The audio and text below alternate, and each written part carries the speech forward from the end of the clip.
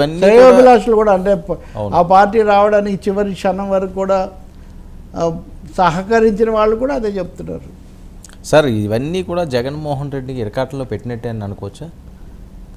నువ్వు తప్పకుండా ఇప్పుడు వాళ్ళు అంత ఘోరంగా ఓడిపోయి అంత తక్కువ స్థానాలకు పడిపోయిన తర్వాత ఇంకా ఇప్పటికే విపరీతమైన ఇరకాటం, దానితో ఇంకా చాలా తప్పులు. ఒకటి మీరు గుర్తుపెట్టుకొని, సుప్రీంకోర్టు జగన్ ప్రభుత్వం ఉన్నప్పుడే వాళ్ళు ఒక తీర్పులో చెప్పారు, లేదా ఒక ఆదేశంలో చెప్పారు, ప్రభుత్వం మారినప్పుడు అంతకుముందు జరిగిన తప్పులను బయటికి తీయడం ఏమాత్రం పొరపాటు కాదో చెయ్యాలి, గవర్నమెంట్ ఈజ్ ఏ కంటిన్యూషన్ అని. కాబట్టి తప్పకుండా జరుగుతాయండి. మేము చేసిన వాటి జోలికి పోకూడదు. ఇక్కడి నుంచే చరిత్ర మొదలవుతుంటే అవ్వదు. 2019 నుంచి ఇంకా 2010 ఈవెన్ పవన్ కళ్యాణ్ ఉపన్యాసాలు కూడా మీరు గమనిస్తే గత 10 ఏళ్లలో చాలా కష్ట నష్టాలు ఎదుర్కొన్నాము, ప్రత్యేకించి గత 5 ఏళ్లలోనే ఆయన అంటూ ఉంటారు. అవును, చాలాసార్లు అన్నారు. ఇప్పటికీ 5 ఏళ్ళే అనే సెక్షన్ ఒకటి ఉంటుంది, 10 ఏళ్ళు అనే ఒక సెక్షన్ కూడా ఉంటుంది. కాబట్టి ఏది కూడా విమర్శకు లేకపోతే ఈ విధమైన చట్టబద్ధతకు అతీతమైనది కాదు. ఇవి తీవ్రమైన విషయాలే.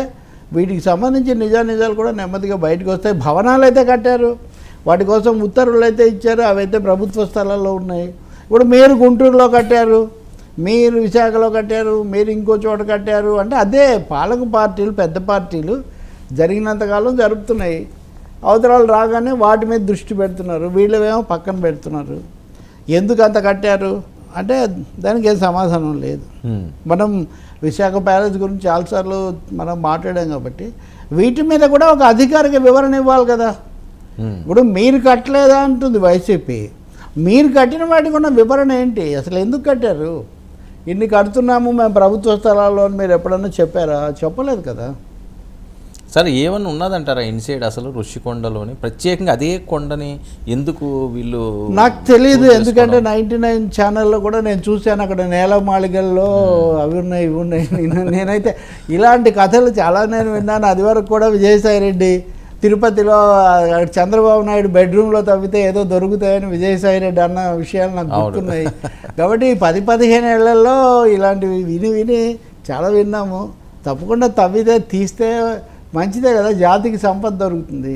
అంటే నేను ఎందుకు చెప్తున్నానంటే ఇవన్నీ కార్బన్ కాపీ లాగానే ఉన్నాయి. వీళ్ళు చేస్తున్న ఆరోపణలు, వాళ్ళు చేస్తున్న ఆరోపణలు. వీటి నుంచి మనము యాక్చువల్ గవర్నెన్స్లోకి, యాక్చువల్ పాలసీస్లోకి వెళ్ళడం అనేది ఇప్పుడు చాలా కీలకమైన అంశం. ఎక్కడెక్కడ తప్పు ఉందన్నారో లేదా ఉందని అనుకుంటున్నారో వాటన్నిటిని మీరు న్యాయస్థానాల్లో చెప్పేసి దర్జాగా చర్యలు తీసుకోవచ్చు. న్యాయస్థానాల్లో అక్కర్లేదు, మాకే అధికారం ఉందని భావించినప్పుడు మీరు ప్రొసీడ్ కావచ్చు. అప్పుడు అడ్డుకోదలుచుకుంటే వాళ్ళు కోర్టుకు వెళ్తారు. బట్ చట్టబద్ధత, చట్టంలో ఏదైనా జరగచ్చు, ఇబ్బంది లేదు. ఇవన్నీ ఊరికినే కల్పితాలు అయితే కాదు కదా. ఎవరో ఒక పెద్ద భవనాన్ని, ఓ పెద్ద ఖరీదైన వ్యవహారాన్ని సృష్టించలేరు కదా, అక్కడ కనిపిస్తున్నాయి కదా. ఇప్పుడు గజం మిథ్య, పలాయనం మిథ్య అన్నట్టుగా విశాఖ ఋషికొండ మిథ్య, అక్కడ ప్యాలెస్ మిథ్య అని ఎవరు అనలేరు. అది ఉంది. ఉన్నదాని మీద మీరు రకరకాల వివరణలు అప్పుడు ఇచ్చారు, ఇప్పుడు ఇచ్చారు. విమర్శలు అప్పుడు ఉన్నాయి, ఇప్పుడు అధికారం కూడా ఉంది కాబట్టి బయట పెడుతున్నారు. కాకపోతే జిల్లాల వారీగా కూడా ఇన్ని కార్యాలయాలు కట్టుకున్నారు అనేది ఒక విధంగా ప్రజలకైతే ఇది న్యూసే, షాకింగ్ న్యూసే. మరి దాన్ని గతంలో కూడా వీళ్ళు పూర్తిగా ఎక్స్పోజ్ చేస్తుంటే ఎట్లా ఉండేదో తెలియదు, అది జరగలేదేమో. ఇప్పుడు వాళ్ళు వైసీపీ వాళ్ళేమో టీడీపీ వేస్తారు. దీనికి ఎక్కడుంది చెప్పండి ఇంకా ముగింపు. పార్టీలు, పాలక పార్టీలు, ప్రభుత్వాలు బాధ్యతగా వ్యవహరిస్తే ఇలాంటి సమస్యలు రావు. జరిగిపోతుందిలే అని అనుకోవడం వల్ల ఇవన్నీ వస్తాయి. ప్రజల తీర్పు అనేది ఒకటి ఉంటుంది. అంతిమమైనటువంటి తీర్పరులు న్యాయస్థానం, ప్రజా న్యాయస్థానం. అక్కడ ఎప్పుడోసారి ఇవి చర్చకు వస్తాయనే స్పృహ లేకపోతే భయం లేకపోవడం వల్ల ఇట్లాంటివి జరుగుతాయి. సరే, అదే ఋషికొండ సంబంధించి లాస్ట్ టైం కూడా మీరు ఒక ప్రస్తావన తీసుకొచ్చారు, ఎవరో స్వామీజీ ఇచ్చిన డైరెక్షన్.